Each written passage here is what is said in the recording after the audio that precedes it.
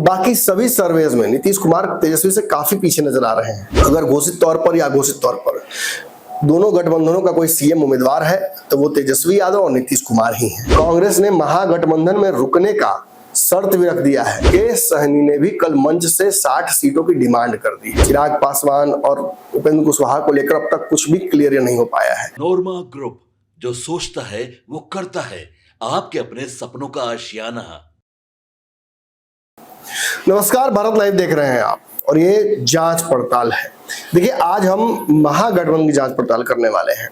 महागठबंधन में लगातार जो अलग अलग दल हैं वो अपना शक्ति प्रदर्शन कर रहे हैं।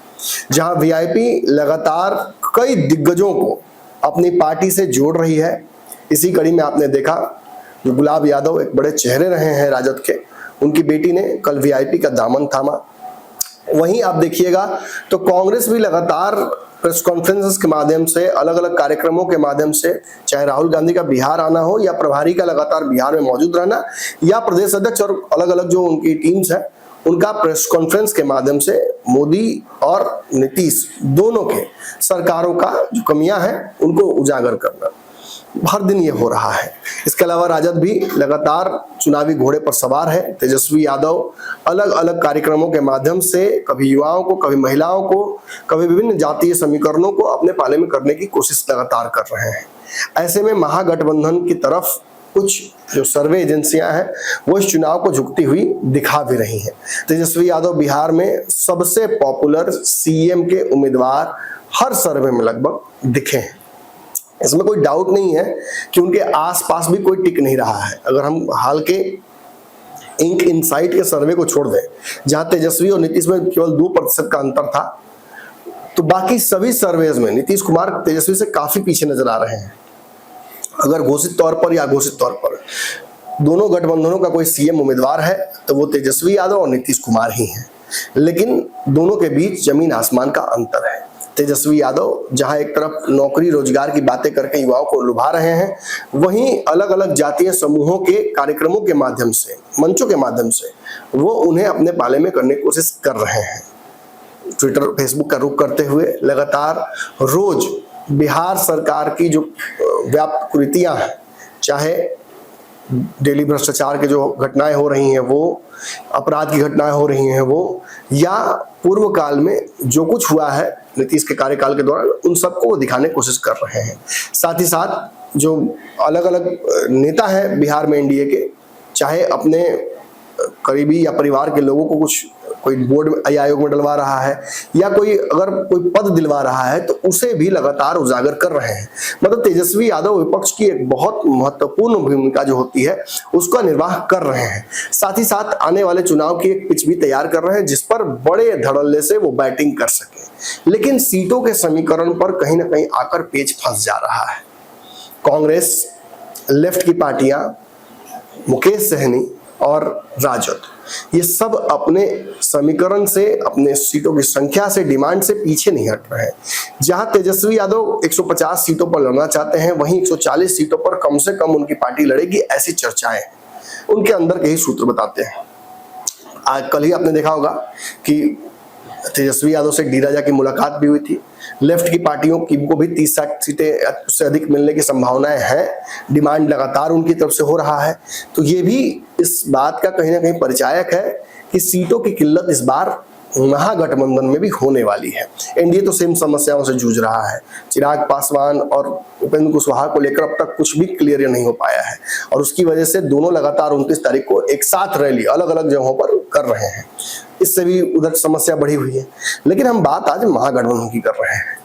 तो तेजस्वी यादव जहां 140 सीटों पर लड़ने की कम से कम उनकी तैयारी है, वहीं लेफ्ट की पार्टियां भी 30+ सीटें खोज रही हैं। अब ऐसे में मुकेश सहनी ने भी कल मंच से 60 सीटों की डिमांड कर दी है। 60 सीट तेजस्वी यादव के पास नहीं है मुकेश सहनी को देने के लिए। जो बिहार में चर्चाएं हो रही हैं उस आधार पर मुकेश सहनी को 18-20 सीटें देंगी, राजद देगी, ऐसा चर्चा चल रहा है। कई जगहों पर ये खुलकर चर्चा चल रही है। खैर, उनकी तरफ से डिमांड 60 सीटों की है। कम से कम 40 सीटों पर वीआईपी लड़ेगी, ऐसा उनके इनसाइडर्स बता रहे हैं। तो यहां भी मामला फंसता नजर आ रहा है। लेकिन सबसे जो तगड़ा मामला फंसा है वो राजद और कांग्रेस के बीच फंसा है। तेजस्वी यादव की तरफ से जब से ये बात सार्वजनिक हुई कि वो 45 से अधिक सीटें कांग्रेस को नहीं दे सकते हैं, तब से कांग्रेस ने और अपना रुख जो है, रवैया है, उसको तल्ख कर लिया है। अब कांग्रेस के प्रभारी ने एक नई रणनीति बनाई है। पूरे बिहार से एकदम एक भी सीट बिना छोड़े हुए 243 सीटों की लिस्ट जो उन्होंने कंपाइल कर रखी है, उसको फाइनल स्क्रूटनी वो करने जा रहे हैं। यानी कांग्रेस बिहार में 243 सीटों पर प्रत्याशी उतारने की तैयारी कर रही है। इतना ही नहीं, कांग्रेस ने महागठबंधन में रुकने का शर्त भी रख दिया है। मतलब अपुष्ट खबरों के आधार पर, सूत्रों के आधार पर कांग्रेस ने 90 सीटें डिमांड की है। 90 सीट से एक भी कम पे कांग्रेस चुनाव नहीं लड़ेगी, ये कांग्रेस ने स्पष्ट कर दिया है। जबकि जो ऑफर्ड सीटें हैं, पिछली बार चूंकि 70 सीटों पर कांग्रेस लड़ी थी और उसमें से बहुत सा प्रदर्शन नहीं हुआ था, 19 सीटें वो जीती थी।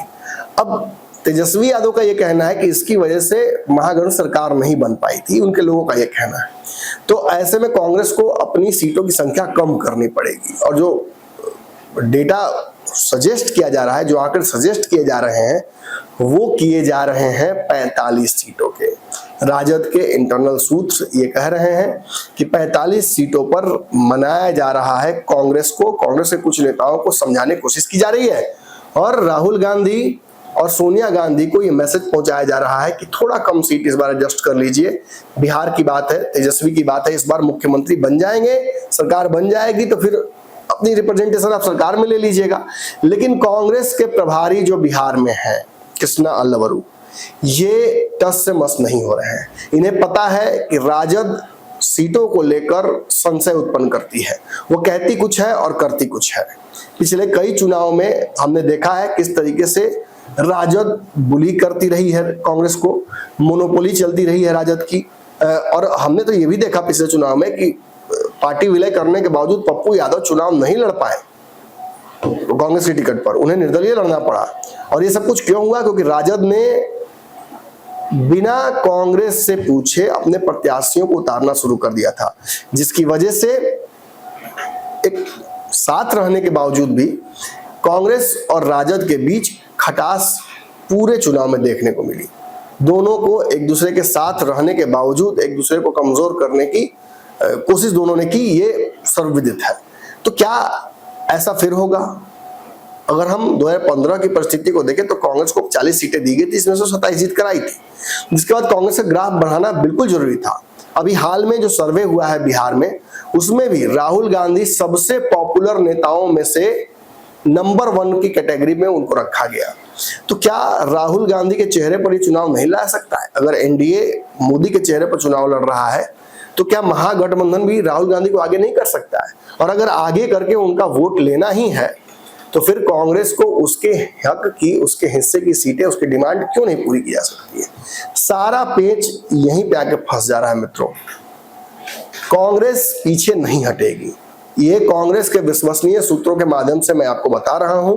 कांग्रेस ने अपनी सीटें बढ़ा दी हैं। 70 कांग्रेस पिछली बार लड़ी थी, इस बार देखा उसने कि राजद फिर हॉस्टाइल हो रही है, तो उसने अपनी सीटों की संख्या 90 कर दी है। और इतना ही नहीं, कहानी ही खत्म नहीं होती है। अगर तेजस्वी यादव नहीं मानेंगे तो कांग्रेस 243 सीटों पर अपने प्रत्याशी उतारने की तैयारी में भी है। यानी महागठबंधन के लिए एक तरीके से खेल खत्म हो जाएगा।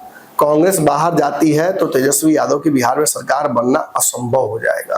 कांग्रेस वो डैमेज कर देगी जो तेजस्वी यादव को इस चुनाव में बिल्कुल नहीं चाहिए। खबरें तो ये तक आई हैं कि बिहार में 2 नए दलों को गठबंधन में जगह देने की कोशिश में तेजस्वी यादव लग गया है।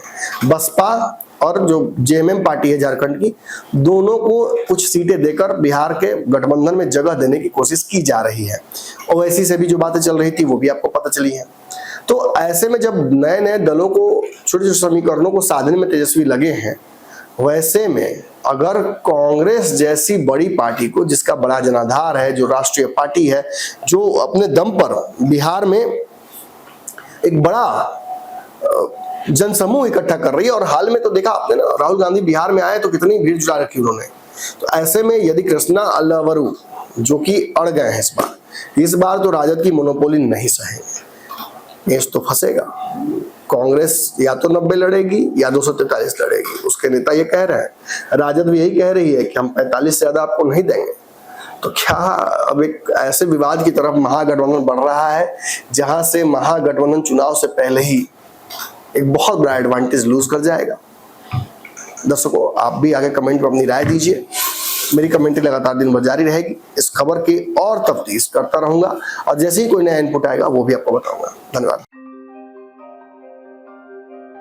आपके सपनों को हमने सजाया है, ई होम्स पैनोरमा को हमने बनाया है। ई होम्स मेरा एक सपना था जिसपे मैं पिछले 4 साल से काम कर रहा था। हमने जो बनाया है वो सबने है माना। ई होम्स पैनोरमा में हो आपका भी आशियाना। और फाइनली हमने 2021 में इस प्रोजेक्ट को लॉन्च किया। बहुत लोग अप्रिशिएट कर रहे हैं कि पूर्णिया जैसे शहर में, बिहार के, एक तो बिहार की बात करें उसमें भी पूर्णिया जैसे छोटे जगह में इस तरह का लाइफस्टाइल देना, ये सुन के हम लोगों को बहुत अच्छा लगता है। ई होम्स में हमने कुछ और भी किया है, जैसे हम जिस जगह में रह रहे हैं हमारे फैमिली सिक्योर हो, उनको सिक्योरिटी का ध्यान में रखा है। आपकी सुविधा और सुरक्षा आपके लिए खास है, ये आपका विश्वास है। इसमें आर्टिफिशियल इंटेलिजेंस का 7 लेयर सिक्योरिटी का हमने इस्तेमाल किया है। लस ग्रीन कैंपस को बनाया है। यदि हमारा बाउंड्री वाल है तो वो वर्टिकल गार्डन है। ये जितनी भी फैसिलिटी होता है एक इंटरनेशनल टाउनशिप में ई होम्स है, ये हम लोग विश्वास नहीं कर पा रहे हैं। जो भी हमारे मित्र दोस्त या जो भी हमारे बाहर के बाहर आते हैं तो हम लोगों को बहुत अच्छा सुनने को मिलता है और बहुत अच्छा क्रेडिट मिल रहा है। वो सारा हमने सिर्फ एक बिल्डिंग नहीं बनाया, हमें एक बहुत अच्छा लाइफस्टाइल दिया ई होम्स में। और मेरा एक सपना था जिसको मैं आज फुलफिल होते हुए देख पा रहा हूँ। ये आपका आवास है। ई होम्स पैनोरमा में अब आपका निवास है। E homes Panorama, luxurious lifestyle redefined. Panorama group, जो सोचता है वो करता है। अगर ये वीडियो पसंद आई और वह बिहार के राजनीति और बिहारियत से सरोकार रखेनी तो सब्सक्राइब बटन दबा के चैनल के सब्सक्राइब कर ली। ओजे एगो घंटी बा, ओकरा बटन दबा देला से कुल सटीक और मारक खबर रुआ मुफ्त में मिल जाई। अगर रुआ पत्रकारिता के हमनी के नया प्रयोग में सहयोग कर चाहतानी तो ज्वाइन बटन दबा दी। पेटीएम नंबर नोट कर ली 9386816700।